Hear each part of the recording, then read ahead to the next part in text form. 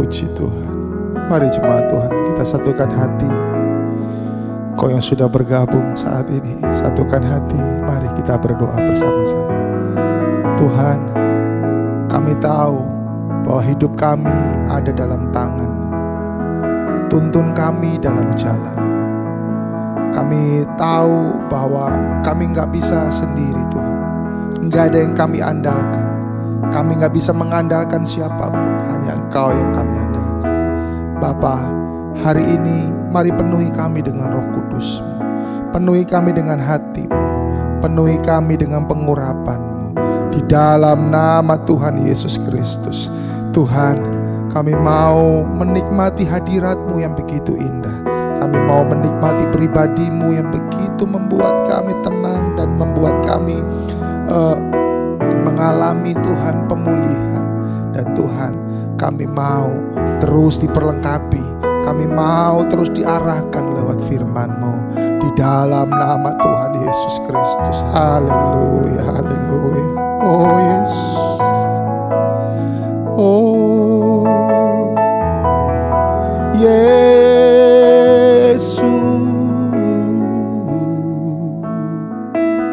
Roh Kudus, Roh Kudus, Roh Kudus, Roh Kudus.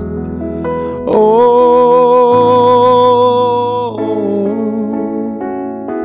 Roh Kudus, Kau penghibur, Kau penolong, Roh Kudus. Haleluya. Oh Yesus, Roh Kudus, kami membutuhkan-Mu. Kau penasehat, Kau Roh Kudus, Roh Kudus, Roh Allah.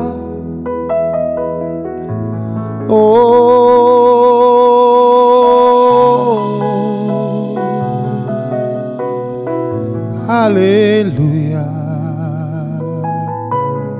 Oh Yesus Tuhan, Yesus Tuhan, Yesus Tuhan, Yesus, Yesus. Roh Allah yang hidup penuhiku. Roh Allah yang hidup pulihkanku. Turunlah urapan ke atasku, membangkitkan kuasa-Mu. Roh Allah yang hidup penuhiku. Roh Allah yang hidup pulihkanku. Turunlah urapan ke atasku, membangkitkan kuasa-Mu, membebaskan hidup yang terbelenggu,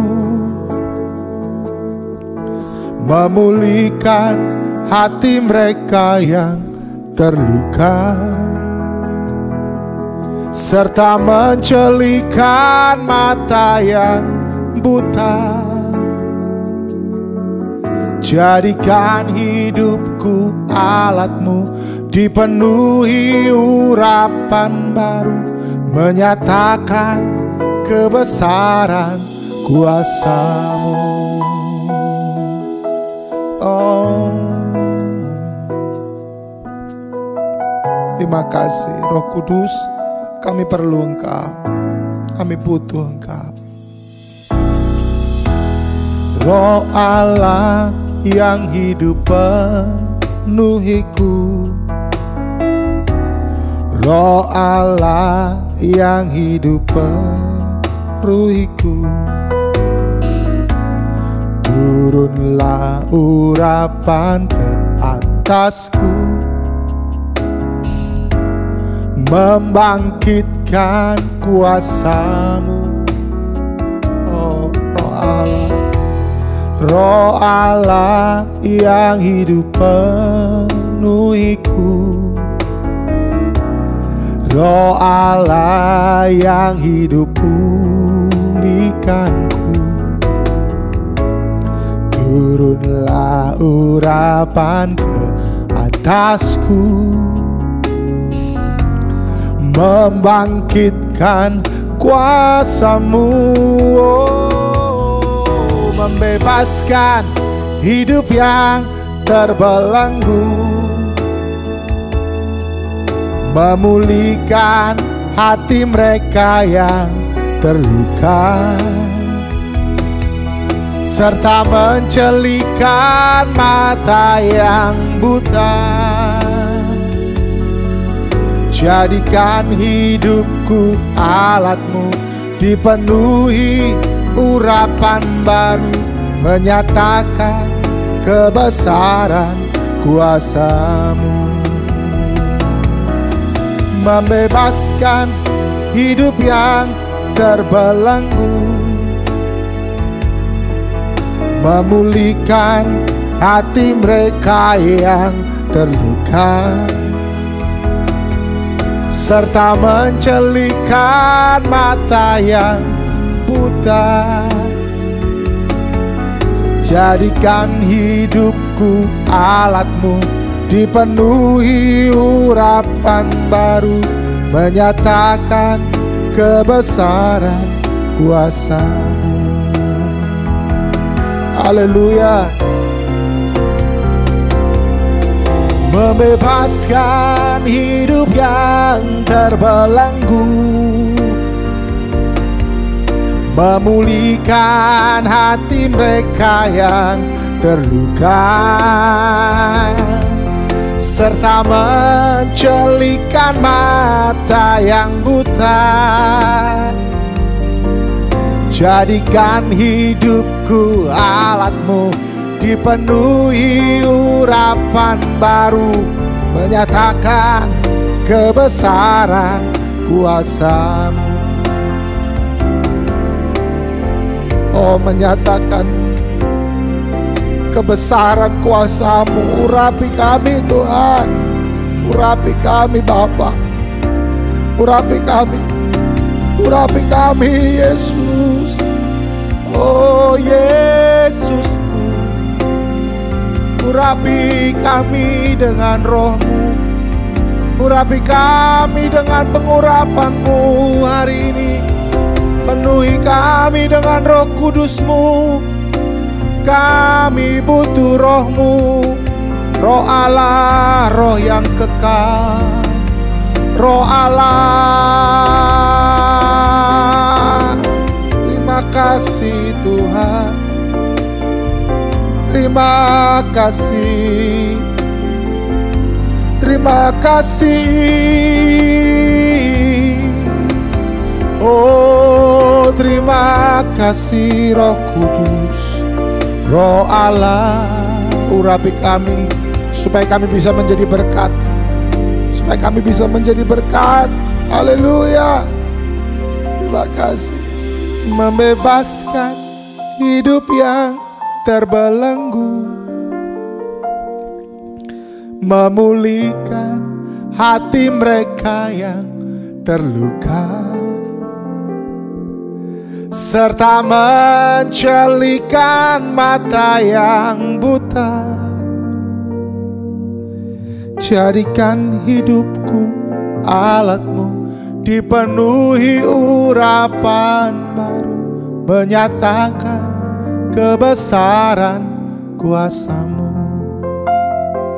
Oh, menyatakan kebesaran kuasa-Mu.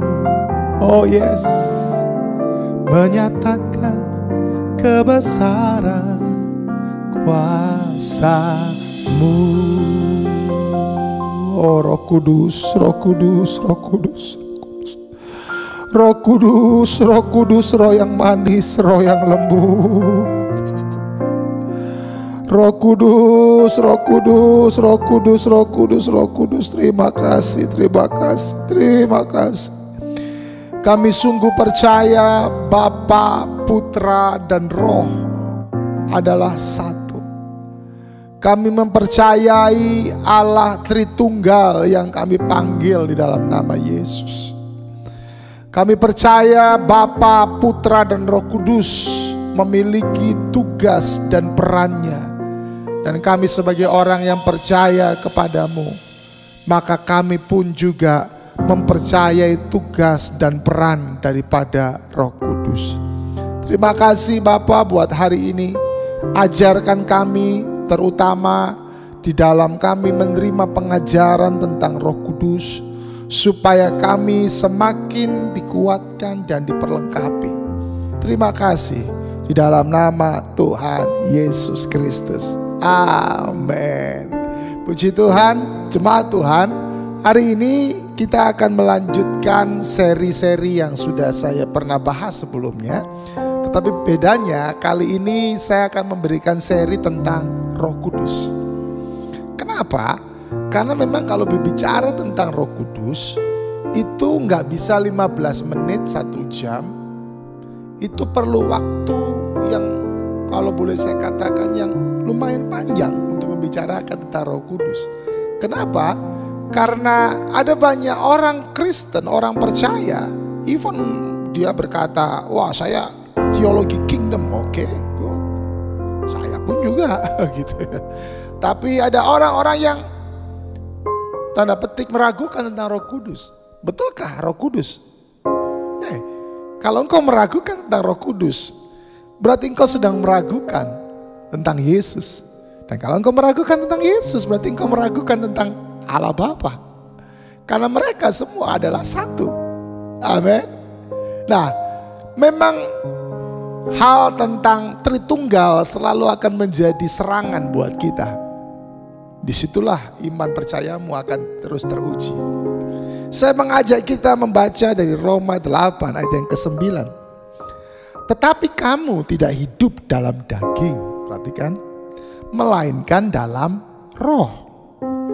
Rohnya situ huruf besar ya, berarti Roh Kudus.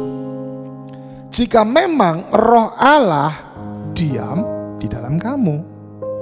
Tetapi jika orang tidak memiliki Roh Kristus, ia bukan milik Kristus.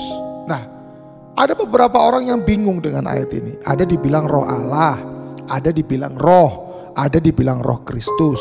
Saya mau kasih tahu, setiap huruf besar R awalnya roh, R-nya huruf besar, itu selalu menunjuk kepada Roh Kudus.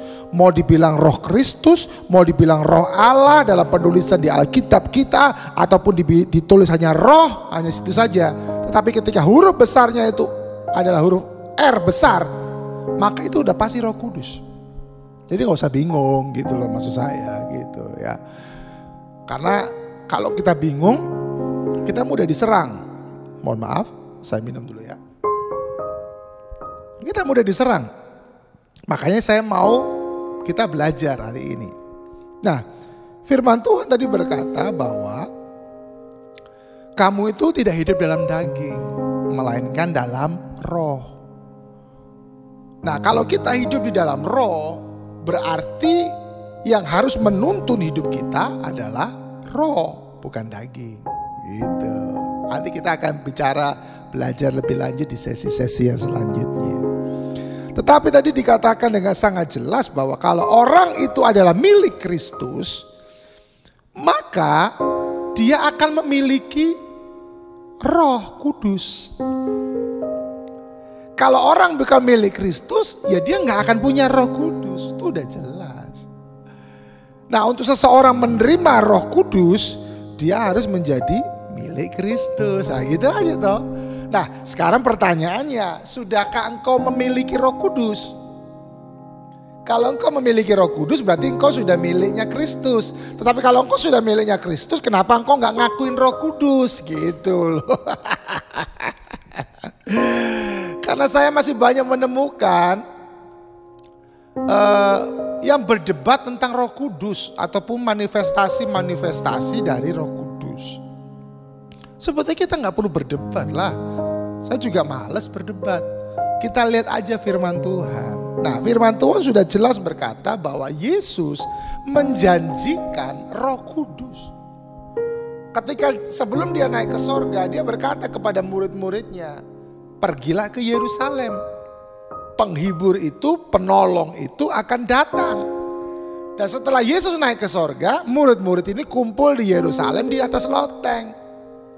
Dan ketika itu mereka merindukan kehadiran pribadi Roh Kudus, dan firman Tuhan berkata dalam Kisah Para Rasul juga bagaimana murid-murid itu dipenuhi oleh Roh Kudus. Roh Kudus yang nyata pada saat itu dalam lidah-lidah api memenuhi mereka. Nah, kita mau berdebat apa lagi sekarang kalau firman Tuhan sudah menulis itu dengan sangat jelas. Makanya itu kita tinggal mempercayai bahwa ketika Roh Kudus itu memenuhi setiap kita, ada manifestasi-manifestasi yang memang kita akan alami. Ya. Nah, saya mau mengajak setiap kita bahwa mari kita lebih menekankan kehidupan yang dipimpin oleh Roh Kudus. Karena kalau kita mengalami kehidupan yang dipimpin oleh Roh Kudus, maka itu akan menuntun kita kepada kebenaran yang betul-betul berasal dari Tuhan sendiri. Kenapa? Karena kita dituntun oleh Roh Kudus. Kalau kita dituntun oleh rohnya kita sendiri, ya bukan kebenaran Tuhan yang kita ikuti. Gitu loh. Karena seringkali banyak manusia itu masih dikuasai oleh tubuh dosa, atau boleh saya katakan dia punya kelemahan sehingga itu bisa dimanfaatkan oleh dosa untuk menguasai dirinya. Ya, untuk itu saya mau mengajak setiap kita bahwa di dalam Roma 8 ayat yang ke-10 dikatakan, tetapi jika Kristus ada di dalam kamu, maka tubuh memang mati karena dosa. Tetapi roh adalah kehidupan oleh karena apa? Kebenaran. Jadi kita harus betul-betul mengerti bahwa Roh Kudus itu enggak boleh kita anggap biasa saja, enggak loh.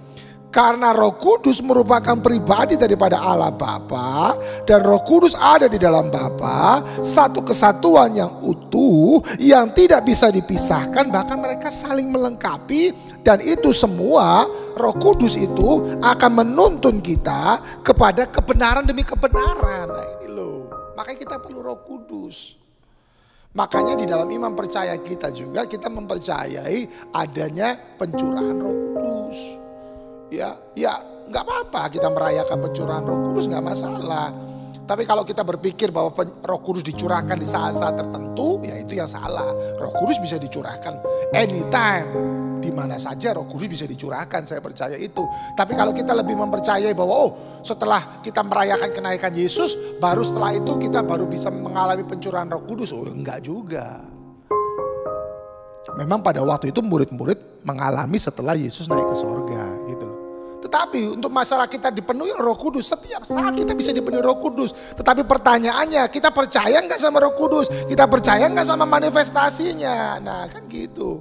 Yesus sendiri berkata bahwa Roh itu penghibur, penolong. Nah ini loh, kita percaya nggak bahwa Roh Kudus itu penghibur buat kita, penolong buat kita? Ini yang paling penting. Bahkan dia ada dalam satu kesatuan daripada Allah Bapa.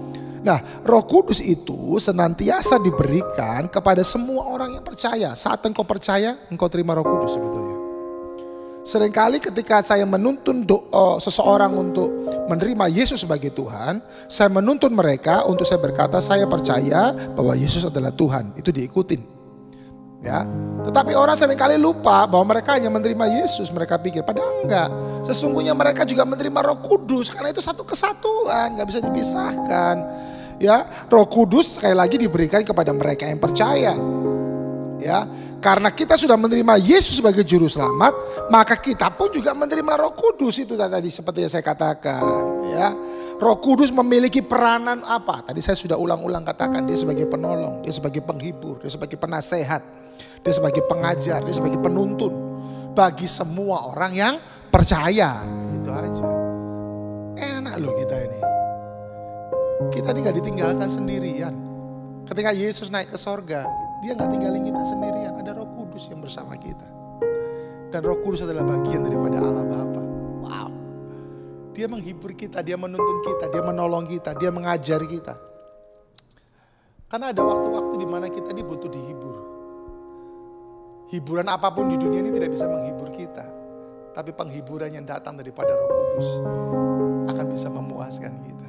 Memang kalau kita berpikir secara akal, pikiran manusia saja, gak akan pernah bisa masuk. Tapi saya cuma mau katakan, buka hatimu. Kalau engkau percaya, engkau merindukan, engkau akan mengalami Roh Kudus. Roh Kudus itu ada kok. Amin. Roma 8 ayat yang ke-26. Roh membantu kita dalam kelemahan kita. Sebab kita tidak tahu bagaimana sebenarnya harus berdoa. Tetapi roh sendiri berdoa untuk kita kepada Allah dengan keluhan-keluhan yang tidak terucapkan. Perhatikan itu. Roh membantu kita. Wow. Makanya tadi saya katakan Roh Kudus itu penolong, penasehat, penghibur, ya, pengajar, penuntun, parakletos. Nah, itulah Roh Kudus. Amin. Ada manifestasi-manifestasi daripada Roh Kudus. Ini kita akan belajar. Tentunya nggak sesi yang ini ya. Ada juga buah-buah roh, nanti kita akan belajar. Tetapi sebelum kita masuk ke situ semua, kita harus sadar dulu nih, percaya nggak kita sih sama Roh Kudus? Percayakah kita akan manifestasi Roh Kudus? Itu yang penting. Dan saya mengajak setiap umat Tuhan bahwa ketika Roh itu membantu kita ini seringkali nggak sadar, kita ini nggak mampu, kita nggak bisa, tapi Roh yang membantu kita. Oh, saya banyak sekali ngalamin itu Bapak Ibu, banyak sekali, betul. Engkau nggak percaya ya nggak apa-apa, gitu aja. Tapi banyak sekali saya ngalami. Kadang-kadang saya harus mengerjakan sesuatu ini, saya nggak tahu, bingung caranya ini bagaimana. Saya cuma berdoa, Roh Kudus tolong saya. Tiba-tiba saya bisa dipertemukan dengan seseorang dan itu bisa akhirnya membimbing saya untuk saya mengerti dan saya bisa selesai. Mungkin bagi beberapa orang, itu kan kebetulan. 1-2 kali ya bisa bilang kebetulan. Tapi ke 1, 2, 3, 4, 5, 6, 7, 8, 9, 10 apakah itu kebetulan? Bagi saya 1 kali pun itu bukanlah kebetulan. Karena saya tahu, saya percaya apa yang ada di depan saya itu semua sudah diketahui oleh Tuhan. Dan Roh Kudus akan menolong saya untuk saya bisa mencapai apa yang ada di depan saya. Bagi saya tidak percaya dengan sebuah kebetulan. Saya percaya bahwa semuanya sudah Tuhan tetapkan. Dan Roh Kudus akan menolong kita untuk kita menerima apa yang ada di depan kita. Roh Kudus begitu penting. Ketika para murid-murid itu di loteng Yerusalem, mereka mengalami Roh Kudus. Lidah-lidah api itu memenuhi mereka. Wow.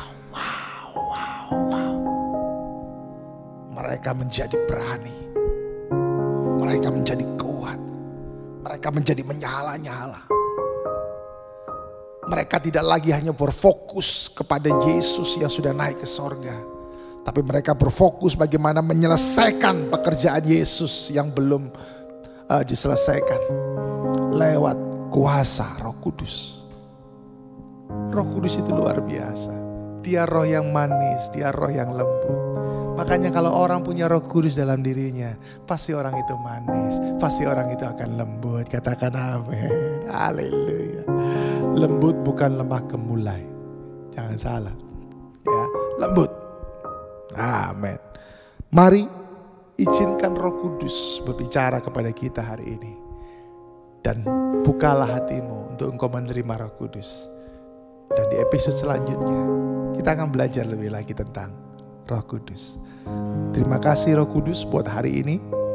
Engkau yang menguatkan, engkau yang melengkapi setiap umatmu.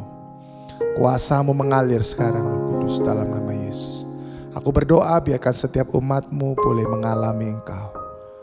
Roh Kudus, mari dalam nama Tuhan Yesus, kuasamu mengalir, menjamah setiap hati dalam nama Yesus. Terima kasih Bapa, kami mau memulai hari ini senantiasa bersama dengan Tuhan. Dalam nama Tuhan Yesus Kristus. Haleluya. Amin. Puji Tuhan. Sampai jumpa di episode yang selanjutnya. Tuhan Yesus memberkati.